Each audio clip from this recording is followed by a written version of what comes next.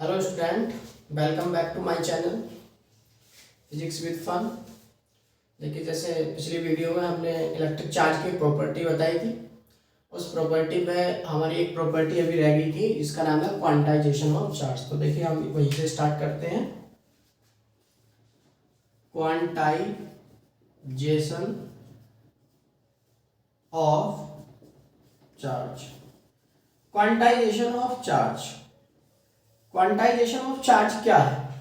देखिए, quantization of charge को detail में मैं समझा रहा हूँ, जरा ध्यान से समझेंगे क्या है क्वांटाइजेशन ऑफ चार्ज। ये मान के चलो कि मान लो दो बॉडी है, एक ए बॉडी और एक क्या है, बी बॉडी है। अब हमें पता है कि चार्ज जो है फ्रिक्शन वगैरह का भी टाइप लिखूंगा आपको, फ्रिक्शन से दो बॉडी को आपस में रगड़ने से या फ्रिक्शन कराने से चार्ज डेवलप हो जाता है। तो क्या होगा, मान लिया हमने कि जब ए और बी दोनों बॉडी को आपस में इसको फ्रिक्शन कराया गया, आपस में रगड़ा गया, तो इससे ये हुआ कि एक बॉडी से इलेक्ट्रॉन निकलकर दूसरी बॉडी में गए। तो अब ये बताइए, जैसे मान लो ये बॉडी ए है, तो इससे जब एक इलेक्ट्रॉन निकला होगा, एक इलेक्ट्रॉन लॉस किया होगा, एक इलेक्ट्रॉन इससे ए बॉडी से लॉस किया होगा, तो इस पर जो बॉडी पर जो चार्ज पॉजिटिव लॉस से कौन सा चार्ज आता है, पॉजिटिव चार्ज। तो जब एक इलेक्ट्रॉन इससे निकला तो इससे इस पर उत्पन्न होने वाला जो पॉजिटिव चार्ज है, डेवलप होने वाला चार्ज, वो एक इलेक्ट्रॉन के बराबर होगा।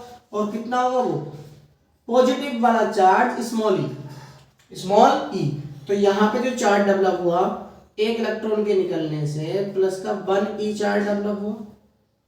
और अगर दो इलेक्ट्रॉन निकलते तो कितना प्लस का 2e।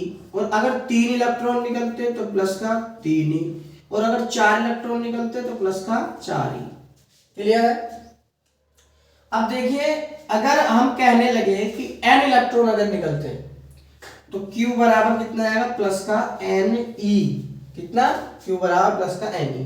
अब जब इस बॉडी से इलेक्ट्रॉन निकल गए हैं तो कौन सी बॉडी में गए, बे गए हैं इस बॉडी में। तो देखो यहां पर लॉस हो गया, क्या हो गया, लॉस। तो यहां पर क्या होगा, गेन। अब गेन से कैसे चार्ज आता है, निगेटिव। तो गेन से कैसे चार्ज आता है, निगेटिव। तो जब एक इलेक्ट्रॉन इसमें एंटर करा होगा तो यहाँ पे जो चार्ज आया होगा माइनस के 1 ई के बराबर आया होगा। एक इलेक्ट्रॉन गया तो एक इलेक्ट्रॉन लिखा हमने, नेगेटिव चार्ज। और जब दो इलेक्ट्रॉन गए होंगे तो माइनस के 2 ई आया होगा। और जब तीन इलेक्ट्रॉन गए होंगे तो माइनस का 3 ई आया होगा। इसी प्रकार Q बराबर माइनस के 4e। और अगर हम कैसे कह दें कि n इलेक्ट्रॉन गए हैं तो कितना, माइनस के ne।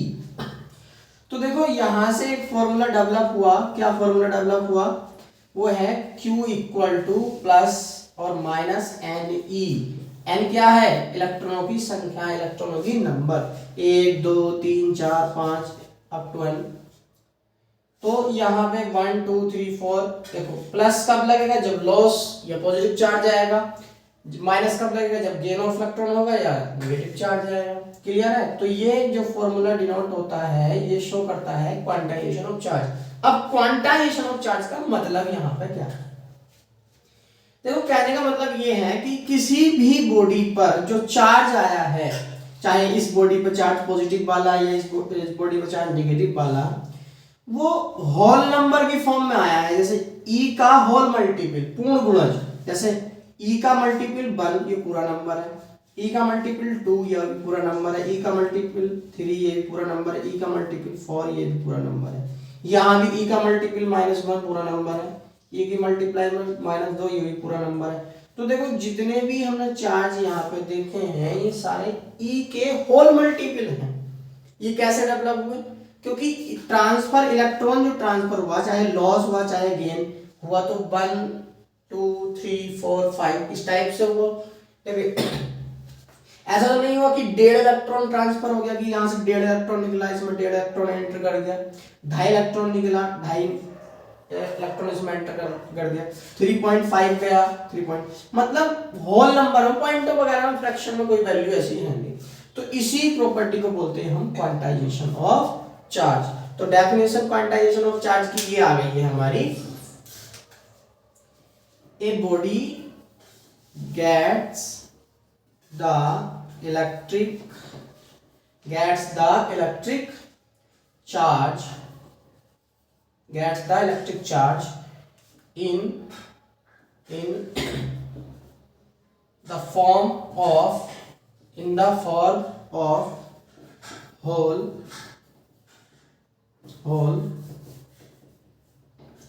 multiple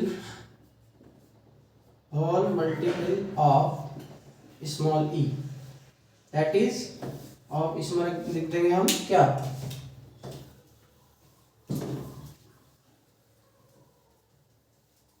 of small e that is q equal to plus minus का ne, where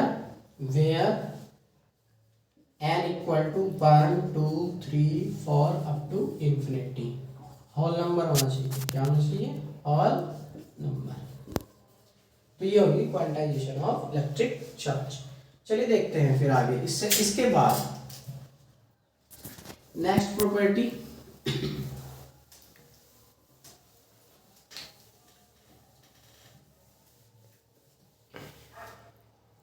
नेक्स्ट प्रॉपर्टी में हम इसकी ये बताएंगे क्या, नेक्स्ट प्रॉपर्टी में ये बताएंगे कि अगर दो चार्ज, एक पॉजिटिव और दूसरा पॉजिटिव, नेगेटिव और नेगेटिव, ये हैं सेम चार्ज है, सेम चार्ज, तो याद रखेंगे सेम चार्ज एक दूसरे को रिपल करते हैं, रिपल्सन।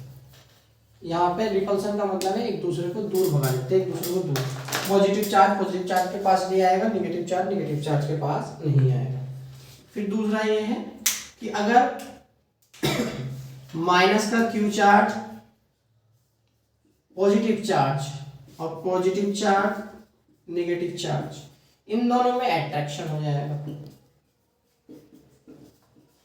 अट्रैक्शन, ये अपोजिट चार्ज है, अपोजिट चार्ज है, यहाँ पर अट्रैक्शन हो जाएगा। तो याद रखेंगे सेम चार्ज एक दूसरे को रिपल करते हैं और अपोजिट चार्ज एक दूसरे को अट्रैक्ट करते हैं, अट्रैक्शन दिखाते हैं। ठीक है, तो ये थी कुछ प्रॉपर्टी ऑफ इलेक्ट्रिक चार्ज की। इसके बाद जो आपका टॉपिक है मैं आगे बढ़ा रहा हूँ, जो पहला चैप्टर हम पढ़ रहे हैं इलेक्ट्रिक चार्ज एंड फील्ड, तो उसकी ओर धीरे धीरे जा रहे हैं हम, फील्ड की ओर। तो अब देखिए इसके बाद का जो टॉपिक है आपको समझना है dielectric substance. Dielectric substance क्या होते हैं? डाई इलेक्ट्रिक सब्सटेंस कुछ ऐसा वर्क करता है जैसे इंसुलेटिंग मीडियम, लेकिन ऐसा है कि इसमें इलेक्ट्रिसिटी फ्लो हो जाती है। पर डाइलेक्ट्रिक सब्सटेंस के अगर डेफिनेशन हम देखने लगे तो डेफिनेशन यही है, आपको याद रखनी है क्या, dielectric substance are those substances, डाइलेक्ट कभी कभी डेफिनेशन हो जाती है बोर्ड एग्जाम में उसकी, dielectric substance are those substance in which electric field, आगे चलकर भी हम इसके ऊपर ही बात करेंगे, electric field propagate, in which electric field propagate on charging without any conduction। तो ये डेफिनेशन है, इसकी याद रखेंगे, मैं समझा दूं थोड़ा सा। डाइलेक्ट्रिक सब्सटेंस आर दो सब्सटेंस, वे सब्सटेंस है जिनमें इलेक्ट्रिक फील्ड प्रोपोगेट का मतलब चलना, मूव करना, जिनमें इलेक्ट्रिक फील्ड मूव कर सकता है ऑन चार्जिंग, चार्ज करने पर, उन सब्सटेंस को चार्ज करने पर, विदाउट एनी कंडक्शन, बिना कंडक्शन के। तो एग्जाम्पल में, इसके एग्जाम्पल में लिख सकते हैं वैक्स और पेपर एटसेट्रा, ये इसके एग्जाम्पल होंगे। ठीक, इसके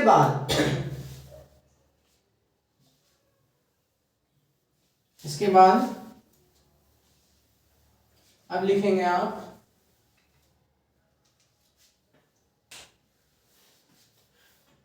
electric permittivity of vacuum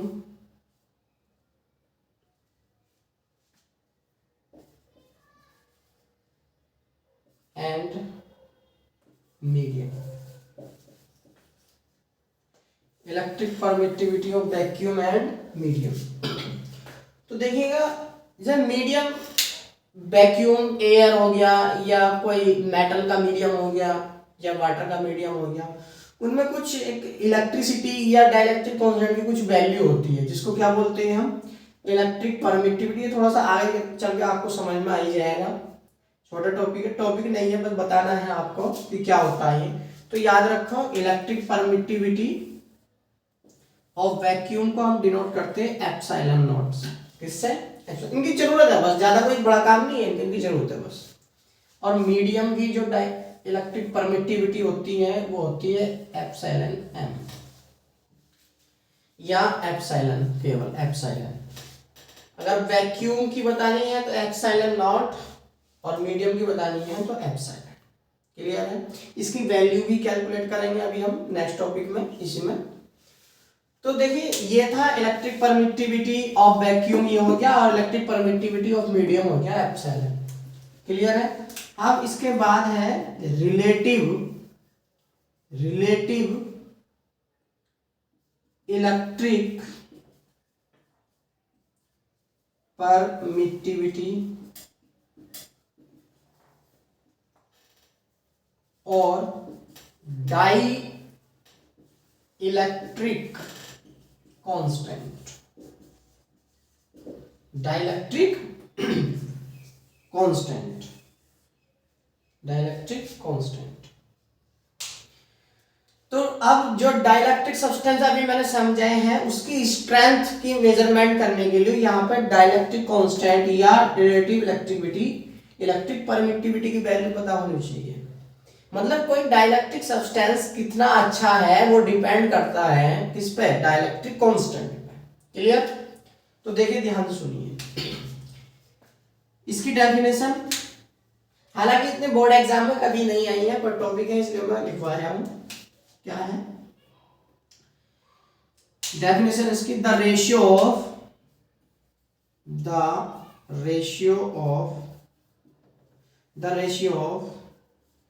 electric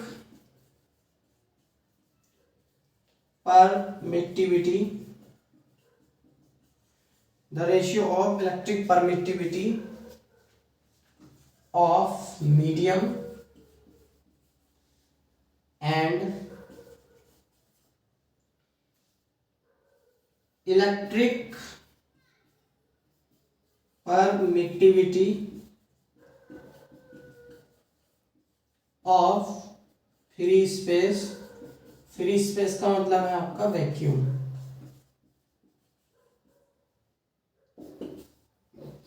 is equal to die electric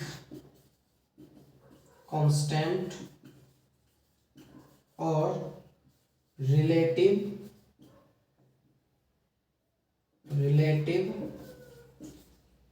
electric permittivity.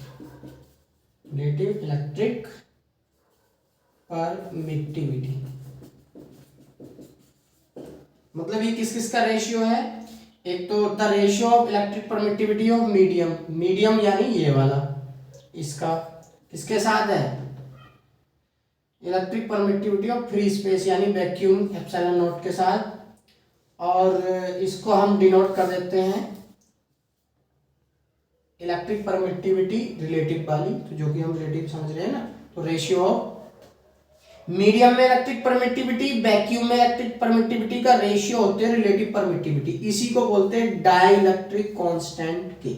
क्या बोलते हैं? डाइलेक्ट्रिक कांस्टेंट के। तो ये फॉर्मूला याद रखेंगे। क्लियर है? अब देखिए डाइलेक्ट्रिक कांस्टेंट की ऑब्जेक्टिव में बोर्ड एग्जाम में बहुत बार क्वेश्चन पूछ सकता हूं, तो इसको नोट करने के बाद इसके कुछ नोट पॉइंट है मैं लिखवा रहा हूं, आप उनको नोट करेंगे।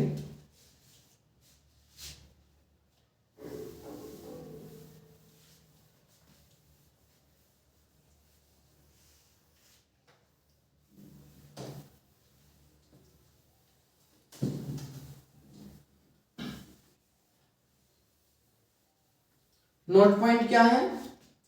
नोट पॉइंट है ये इंपॉर्टेंट।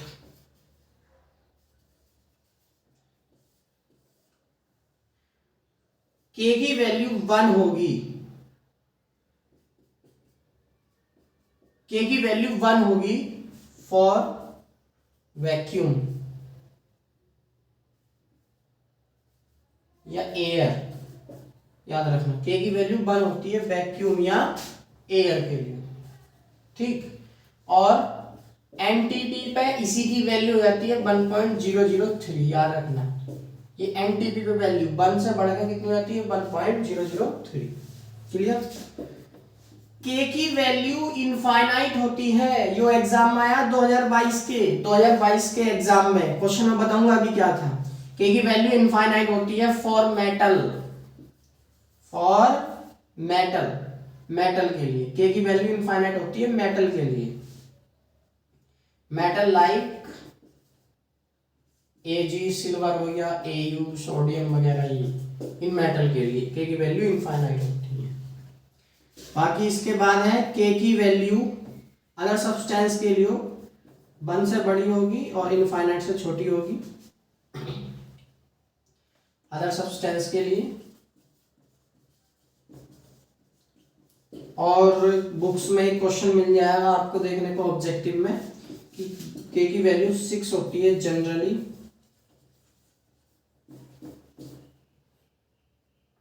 नॉन कंडक्टर या इंसुलेटर के लिए, नॉन कंडक्टर और इंसुलेटर, नॉन कंडक्टर या इंसुलेटर, नॉन कंडक्टर या इंसुलेटर के लिए। तो देखिए ये इंपॉर्टेंट पॉइंट है, यो हमेशा ठीक नहीं है लेकिन ज्यादातर बुकों में ये क्वेश्चन दे रखा है, इसी वजह से मैंने आपको लिखवा दिया। तो क्वेश्चन ये आया था कि चांदी के लिए के की वैल्यू कौन सी है, ऑब्जेक्टिव में पूछा गया था। सिल्वर मेटल के लिए तो एक ऑप्शन में के की वैल्यू 2 थी, एक ऑप्शन में के की वैल्यू थी इनफाइनाइट, और एक ऑप्शन में के की वैल्यू 1.5 थी, और एक ऑप्शन में के की वैल्यू 3 थी। तो बताओ कौन सा आंसर था इसमें? ये वाला।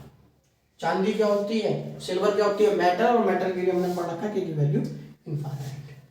तो देखिए इस वीडियो में बस इतना ही, मिलते हैं नेक्स्ट वीडियो में। और अगर वीडियो अच्छी लगी है तो वीडियो को लाइक करें, शेयर करें और चैनल को हमारे सब्सक्राइब करें।